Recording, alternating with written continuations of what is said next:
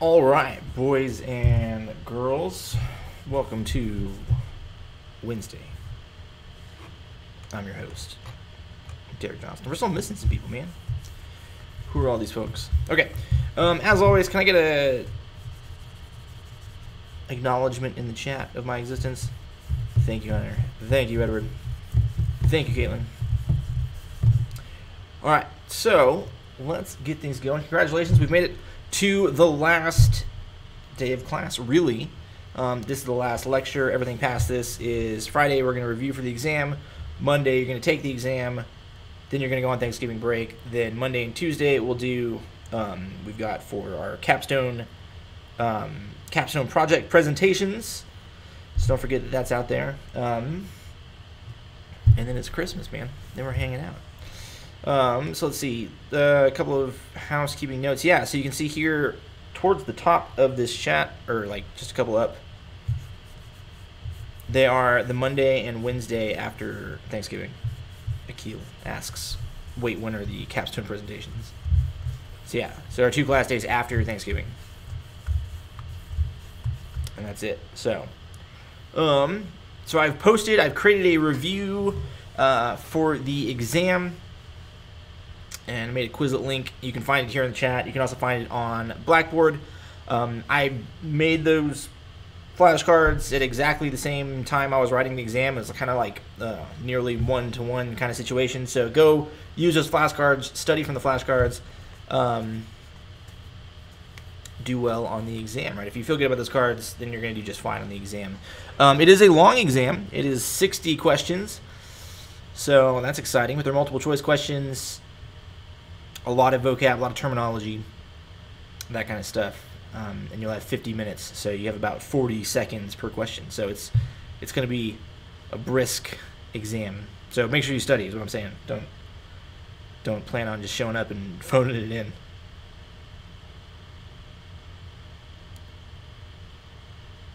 I mean, if you are good on those flashcards, if you only study the flashcards, you would probably be okay. I would focus on the flashcards. It's the only thing I would study. Bashir asks, is it open note?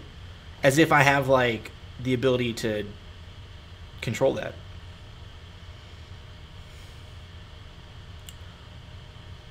What if I said no, Bashir? Would you honestly police yourself and not use your notes on the exam?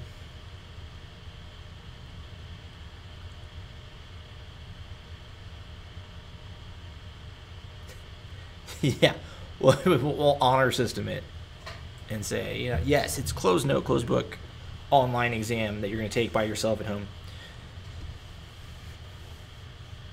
So no, what was I going to say? Yes, technically it's open note, technically it's open book, and whatever you want to use. But like I said, there are 60 questions, and you'll have 50 minutes to complete them. So you have less than a minute per question. So, yes, you can just have an open connection with the course material. You just feel it sort of flowing through you. You're one with the course material. But yeah, no. So do the flashcards. On Friday, we will kind of work through the flashcards ourselves, have a little bit of fun with that, and then, yeah, Monday we'll take the exam. So any questions about any of that or the capstone projects or anything?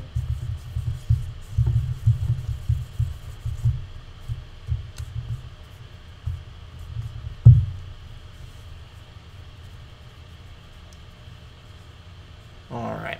One thing I will say about the capstone project is if you are currently still struggling with the capstone project, then you are almost certainly way overthinking it. Yeah. So take it easy. Just do some of the stuff that we've done. If you use the ThinkDSP Python stuff that we've talked about in class, the capstone project should be super, super easy. In fact, like almost too easy. When I went and used the ThinkDSP stuff on the capstone, it was like, oh, this is probably a little bit too basic. So, any questions about that? So like I said, if you're struggling with the capstone, you're probably just overthinking it. So take it easy. Take the spectrogram of the signal. see where that leads you. Okay. Anything else? Any other questions, comments, concerns?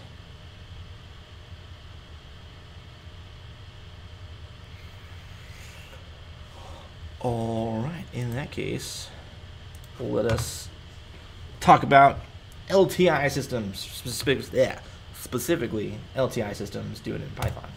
So just a quick overview, we're going to talk about signals and systems. We're going to kind of come full circle, right? We're going to finish the course where we began. And we'll talk about windows and filters, and we'll take a look at this acoustic response example, which I think is pretty darn cool. So I had a lot of fun when I was coding it, prepping for the lecture. So, all right, signals and systems. A little bit of terminology.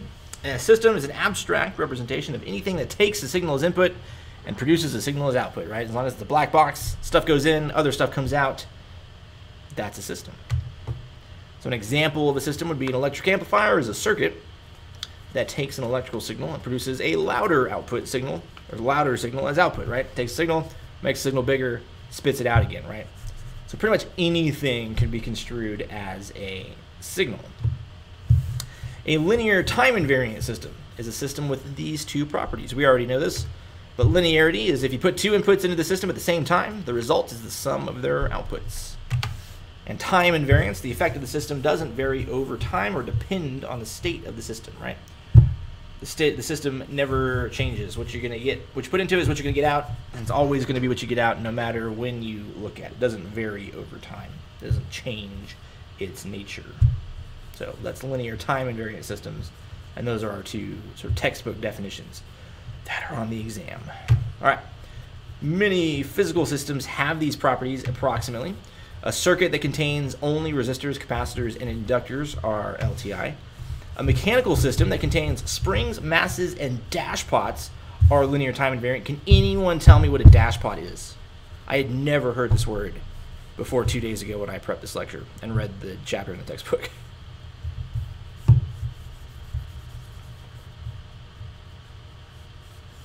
few people are Googling it right now.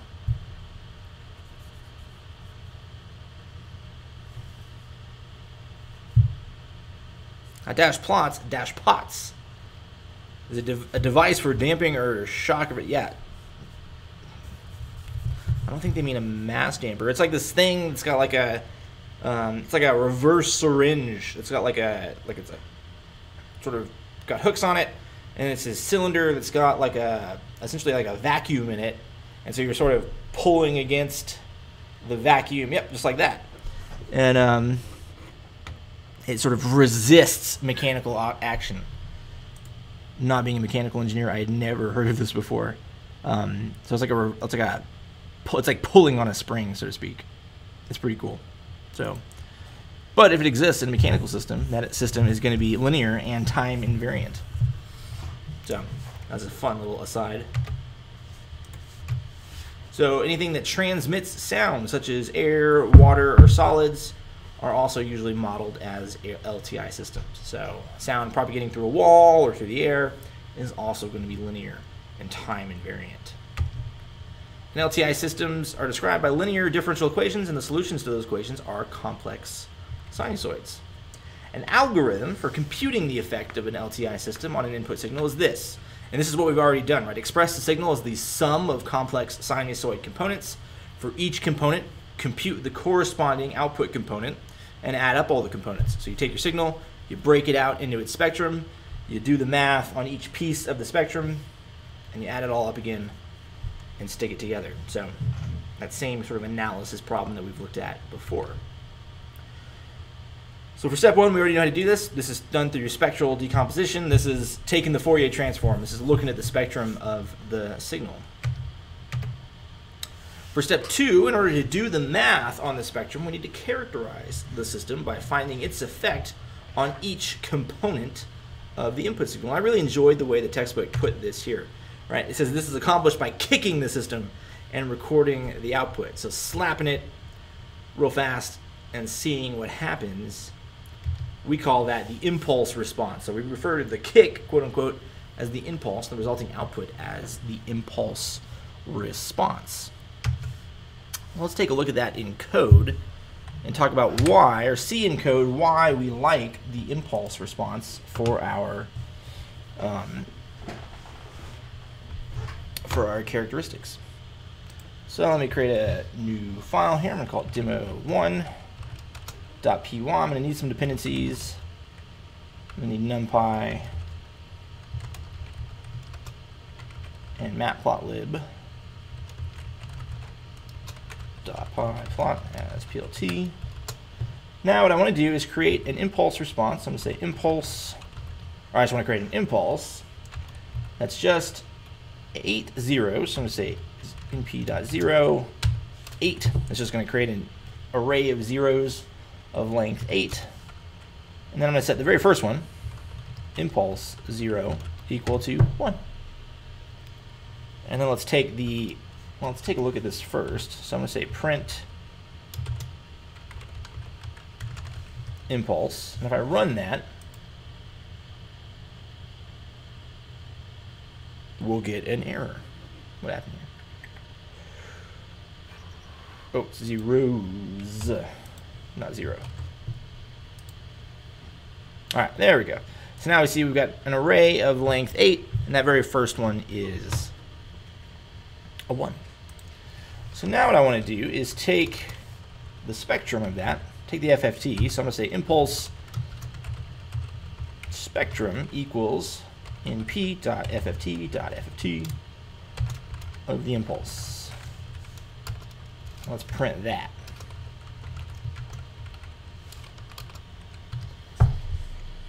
So before I do that, does anyone know what the Fourier transform of our impulse array is going to be?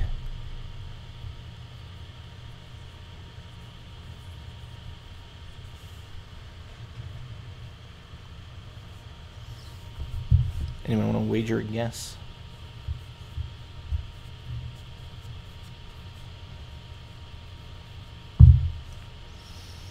It's not going to be 1.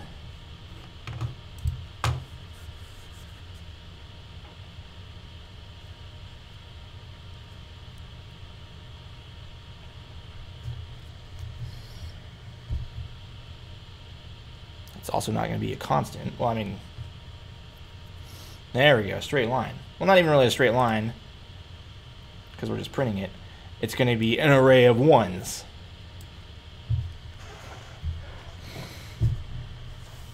So Edward saying that it's just a straight line is a little bit inaccurate, right? Because we're looking at the array, looking at the data in the thing, right? So remember, the FFT plots the sort of complex version, right? But we have plus 0j all the way down. We can see we get 1, 1, 1, 1, 1, 1, 1. And if we do go ahead and plot it, as Edward says, let's plot at plot plt.plot impulse spectrum plt.show. Right? Then yeah, the spectrum is just a straight line.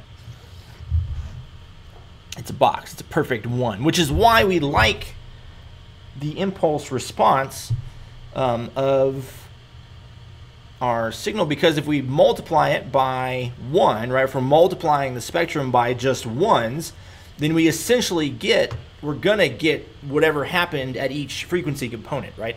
So it's like a clean sort of blank slate, and we're going to lay the frequency response, the impulse response of whatever system we have on top of this layer of 1. So this is why multiplying it by the impulse, the FFT of the impulse function, gets us the frequency response of whatever system that we're looking at, because we're just multiplying everything by 1 to recover what we've got. So, any questions about that?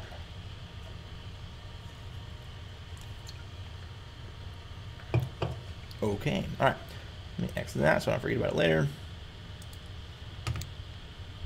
Keyless typing.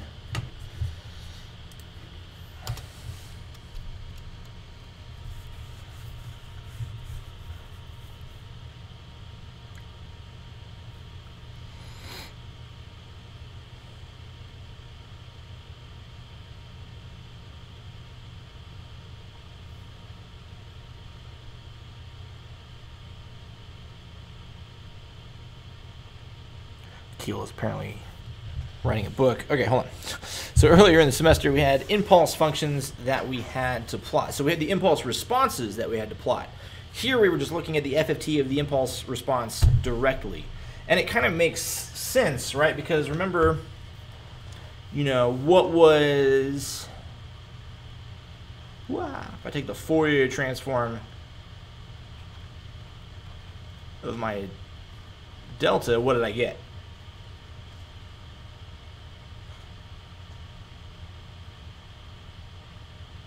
Yeah, right? That's equal to 1. So that's basically what we saw there. Was taking the Fourier transform of the delta gets us a 1. All right.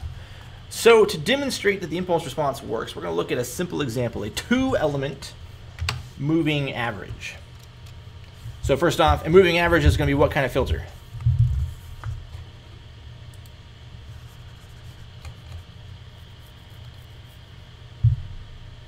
A low-pass filter. Good job. All right. So let's see what that looks like. Yeah, so I want to keep my annotations. All right. All right, so let's make a new file called demo2.py. And let's get some stuff, right? We're going to need NumPy. I'm going to need ThinkDSP. And I'm going to need matplotlib. All right, so the first thing we're going to do is create our filter.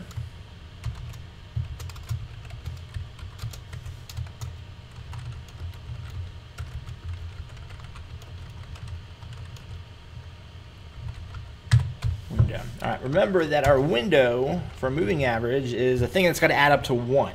All right, so I'm going to do here is I still want everything to be 8. I'm going to stick with a size of 8 for everything, but I'm going to say imp array. And the first 2, because we have to be equal to 1, they're going to be 0.5 and 0.5. And then I'm going to have 6 zeros going after that, right? So this is our window of size 2. That's going to be sort of prorated out or padded with zeros to make it of size 8. Now let's go ahead and take the FFT of that. So filter is apparently a protected word. FFT of the window. And I can see why now it's getting mad at me, because window should be equal to mp.array. And let's plot that. plt.plot filter plt.show.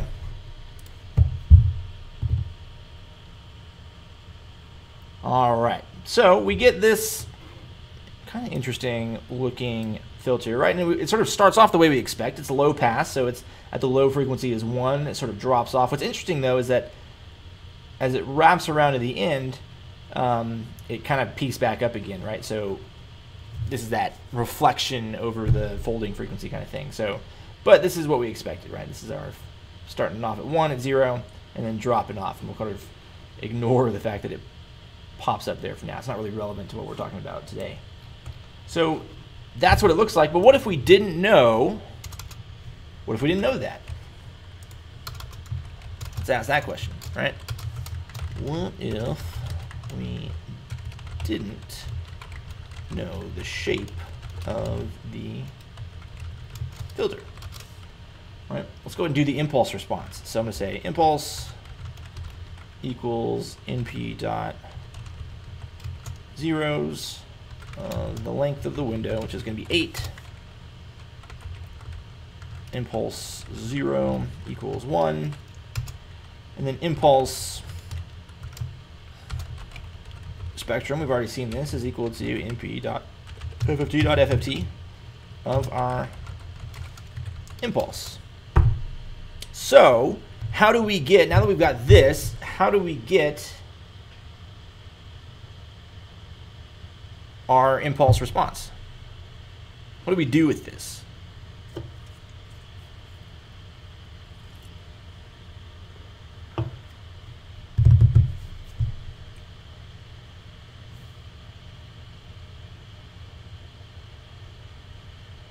It was exactly right. Multiply by the spectrum of our filter. So I'm going to say product is equal to the impulse spectrum times the filter.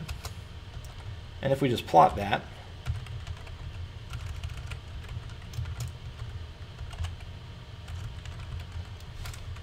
show it, plt.show, let me comment out these guys so they don't overlap.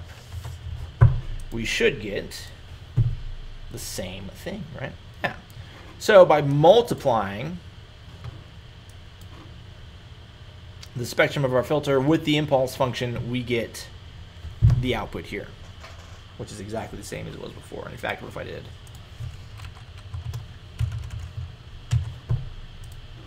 This will probably show us the same thing since it's all, yeah, they're just covering each other up. So there we go.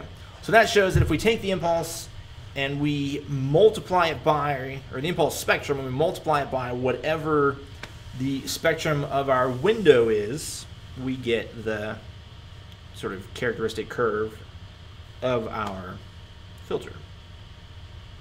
So, any questions about that?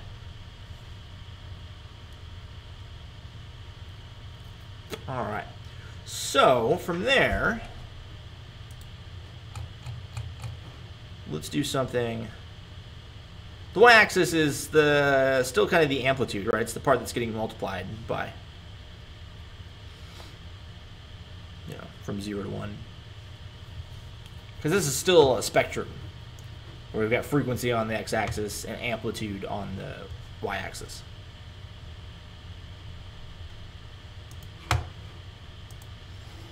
Okay. So as we saw, because the spectrum of an impulse is all ones, the DFT of the impulse response is identical to the filter that characterized the system. Therefore, the impulse response is identical to the convolution window that characterized the system. Now let's take a look at acoustic response, and this is pretty cool. So in order to characterize the acoustic response of a room, right, or an open space, we need an acoustic impulse response. So if I wanted to know, right, we said that, sound moving through air is an LTI system, and it's going to bounce off the walls and stuff, and all of that has a thing that can be characterized. So here's a question: how do we make an impulse response that is a sound?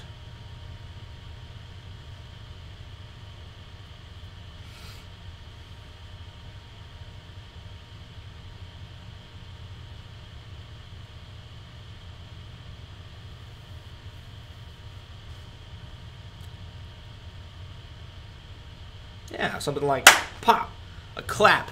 What they use in the book is they say the easiest way to do this is with pop a balloon or shoot a gun off. So I probably can't fire a gun here in the lab. But I could pop a balloon, or I could clap my hands, right? So any sort of loud, sudden pop is going to be an impulse response acoustically. Now what's cool is if I do that and record it, yeah, right, so that's why they do the little like clicker thing when they're filming a movie. Right, if I were able to do that and record it, I could get the impulse response, and I could morph a sound to match the room. So that's what we're going to do here in code, right? So we're going to take a look at the recording of a gunshot, and then we're going to mess around with it a little bit. So let's see. Yeah, there we go. All right. This is pretty cool. So I'm going to call this demo3.py. We're going to import some stuff. So I've got a gunshot.wave file here. So import thing DSP, or excuse me, actually I just want the read wave from thing DSP, import read wave, import matplotlib, plotlib.py plot. As PLT. Oh, that was so hard to top. So if I did this, if I said response equals read wave, and I want this gunshot dot wave. So here, let's go ahead and play it.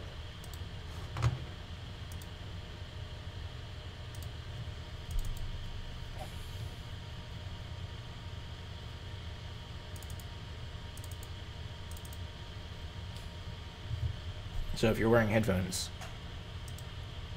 relax. Yeah. All right, did you guys hear that?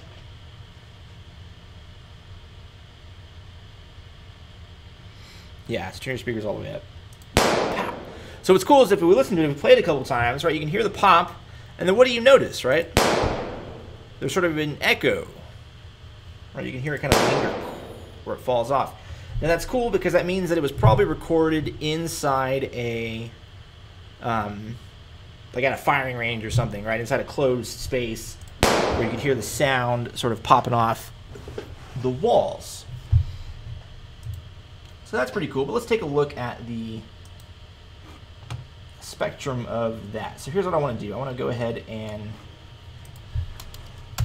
do some stuff. I want to get just a quick little segment of it. It has some weird stuff in the very beginning. So what they've done in the demo here is say, let's go ahead and just grab it. Response equals response. Not segment, start equals start. So that way we get the very beginning is exactly the pop.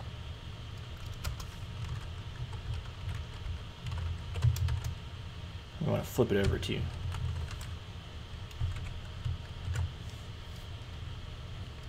So basically we want to get, so this, the guy who wrote the book sort of found out that like at point 12 is right where the gunshot goes. So we're essentially just saying, let's take it right there at that piece. So that's all we're going to do. We also want to normalize it.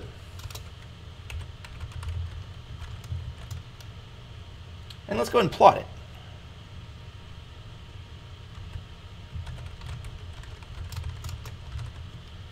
It just shifts it over by that much, Bashir.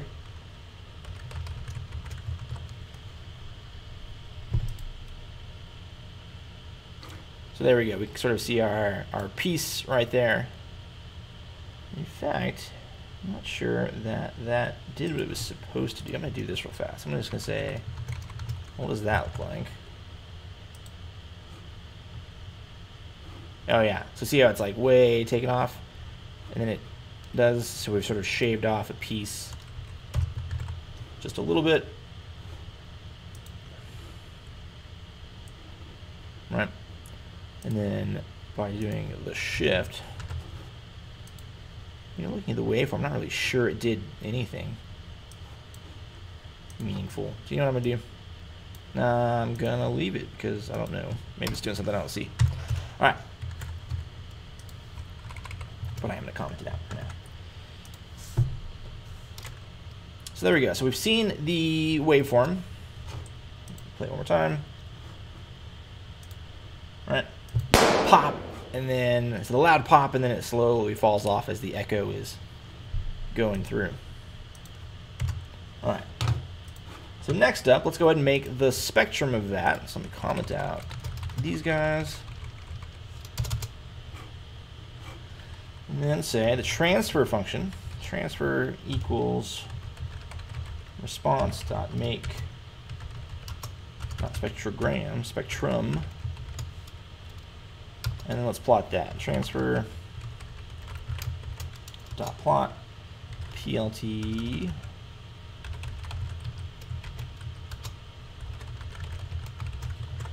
so let's see what the spectrum looks like. All right, so a lot of low frequency stuff. Spectrum kind of looks a lot like the original piece there. But a lot of low frequency, a lot of noise. Nothing too special there.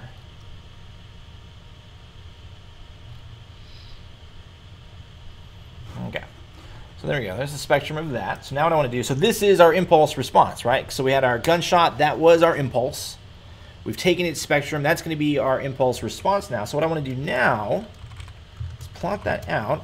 And what we're going to do is this. We're going to now read in this violin. Violin equals read wave.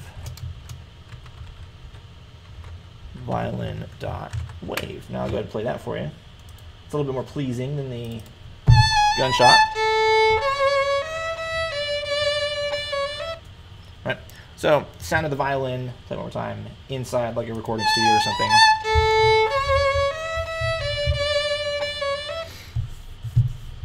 So what we're going to do now is we're going to artificially make it such that we're going to play the violin, but we're going to make it sound like the violin was being played in the exact same room where we fired the gun.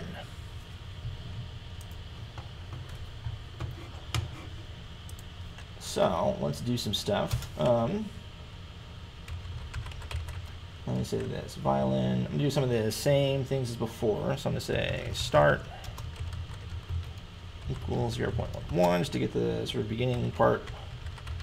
Violin equals violin dot segment. Start equals start. We're also going to shift it over again. Violin dot shift. Shift. Minus start. And one thing we've got to do is that since they're different lengths, we need to sort of chop off the violin part that isn't the same length as the gunshot recording, right? So they need to be the same. The sequences need to be the same length. So whichever one is shortest is the one we got to work with. So what I'm going to do is I'm going to say violin dot truncate response. So basically make them the same length. And then I'm also going to normalize this. Violin dot normalize. And let's go ahead and plot that. So violin dot plot plt dot show. And we'll see the waveform of our violin here. All right. And it's kind of cool and sort of wavy looking. So some nice clean waveform action right there. So now what we want to do is, but we want to mess this up. We want to say we're going to take this violin out of the recording studio and we're going to play the violin on the gun range. So how do we do that? Well, we already know how to do that since we have our impulse response, our gunshot recorded in the thing. We've got the spectrum, that's our impulse response, that's our transfer function. So all we got to do is multiply them. So I'm going to say output equals, what am I doing? Hold on. Oh, I need the spectrum of my violin. Not quite there yet. Spectrum equals violin.make spectrum. Let's go and plot that just to say we did.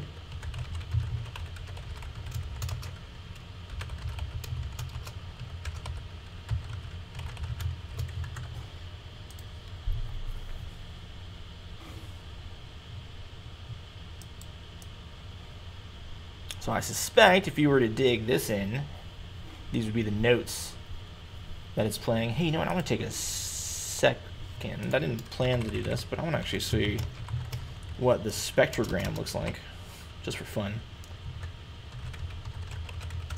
And we got some time. So gram equals.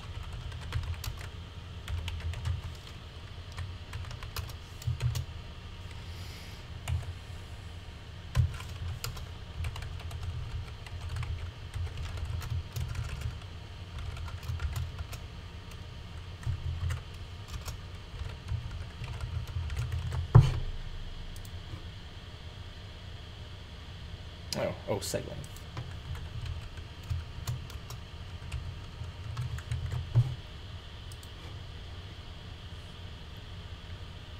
Show me the music. All right. There we go. That's like our spectrogram. I just kind of want to see what that looked like. Interesting that there's just, well, there's not a lot of movement, you know? I would have thought that there would have been like more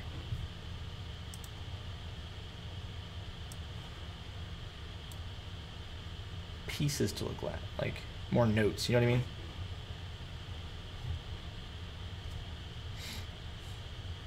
Oh well, that was kind of disappointing. Anyway.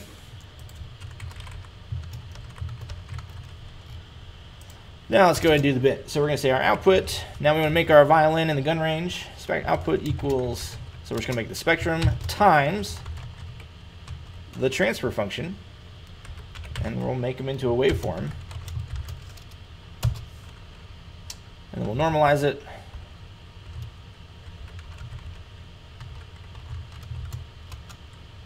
Let's go ahead and plot it. Output dot plot plt dot show. There we go. So it's kind of chopped up. So notice, you know, what we had before. If I take the original spectrum. Oh, not the spectrum. Stupid. The violin signal itself. There we go, right? So notice that like the sort of nice gentle curves there have been replaced by a lot more of a noisy signal. Yeah, let's go ahead and play it. So output, well, so I would do output dot play is going to give me, so it won't work, but it'll create my sound wave signal. So let me play a couple things for you first. First off is the original sound.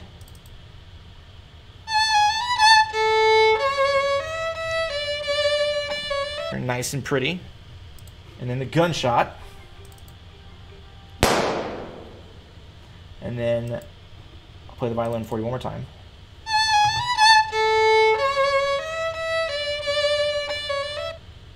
Now, the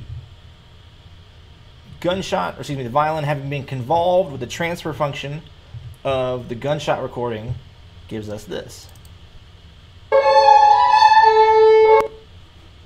Play that a couple times. Like it sounds like you played it, the violin, in a big concrete room, right?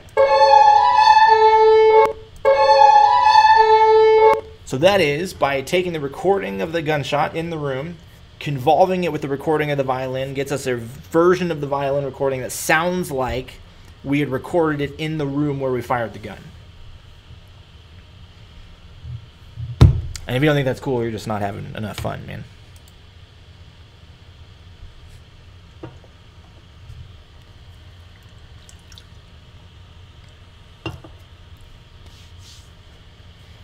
All right, any questions about that? Yeah, we did. So that's why. So Bashir asked, do we have to trim them? I mean, if you notice, so listen to the real violin. Right? That's like a 5-second clip there.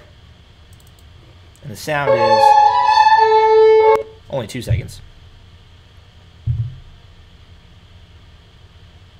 That's a good point. Here, let me do this.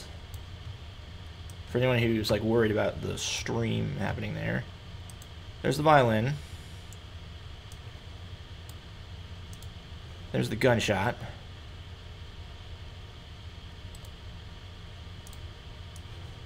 And then there's the resulting sound. So if you want to take a look at those on your own computer, you can play those guys. So Bashir asks, can you show me which part of code did the snip? And that happened right here at 24, where we did violin.truncate to the length of response.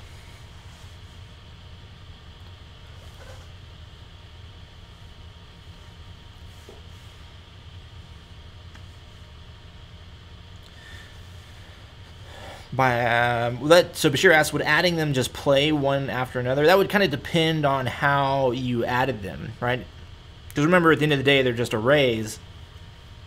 So, again, it kind of depends on if you were concatenating them or adding. So, I'm not really sure what happens if we just say, like, my name is Bashir equals violin plus gunshot plus output. Honestly, it's probably going to return an error. Let's see. Oh, yeah, we didn't call it gunshot. What do we call it? We called it response.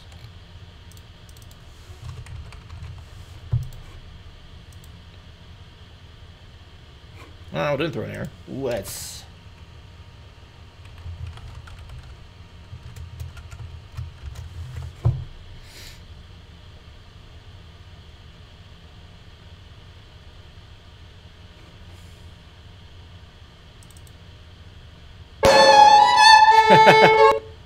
So there you go. That's the gunshot. This would be shooting the gun at the violin. So it just stack them on top of each other. So not one after the other. It's just all of them happening at the same time.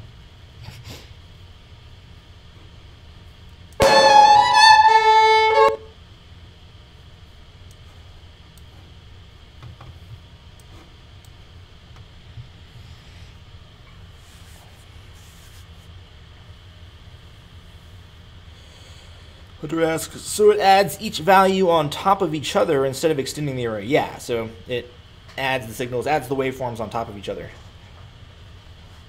Capstone project.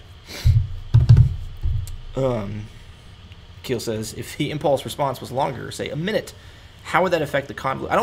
I don't think it would. Or how would that affect the convolution / acoustic response? I don't think it would affect it much at all, because it would still, remember, it's still kind of taken out for, you know, that much frequency, right? So I don't think it would make a difference, but I don't know. Go out and fire a gun in the air and record it for 10 seconds and then see what happens.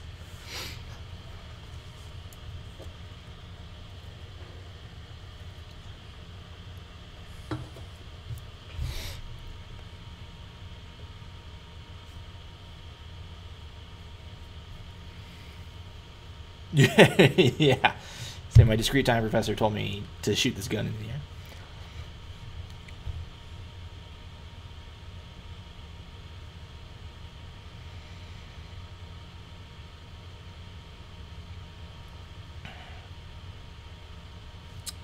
So I think you're mostly right, Edward. So Edward says, I think if the reverb was going on for 1 minute, then it would have the effect of like 1 minute delays on each unit sample.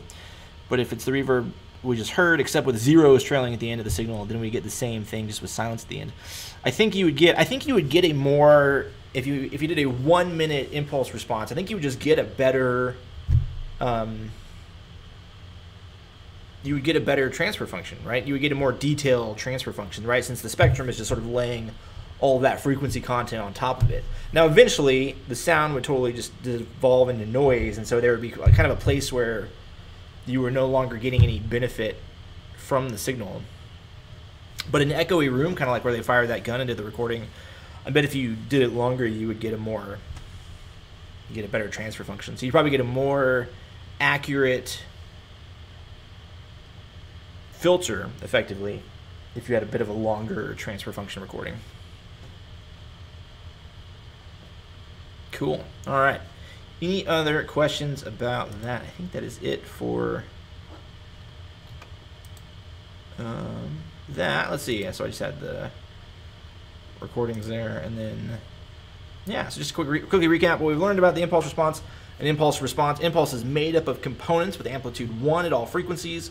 The impulse response contains the sum of the responses of the system to all of the components. The transfer function, which is the DFT of the impulse response, encodes the effect of the system on each frequency component in the form of an amplitude multiplier and phase shift.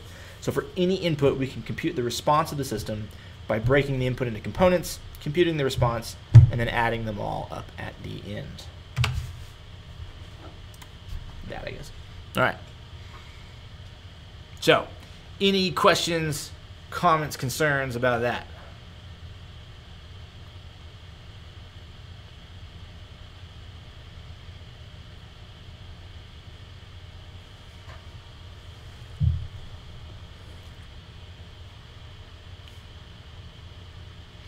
All right, in that case, that is it for this course, man. Thank you for being my sort of guinea pigs as I decide how I want to teach this course moving forward, and figure out what works and what's boring. And so, let's see. There you go, Bashir. That's real life skills right there. So yeah, so on Friday we'll work through those flashcards. We'll review for the exam a little bit. Monday will be the exam. And then we'll see, yeah, just write your own Python code now, man. But you got to go out and, you know, get those field samples with a gun. So that might be kind of hard. Or a little bit dangerous. I don't recommend it. But that'd be some dedication to your craft. All right. So if there's nothing else, then that is it. I will see you guys on Friday, where we'll review for the exam. And we'll sort of wrap things up. So, if there's nothing else, thank you so much. I'll see you guys on Friday.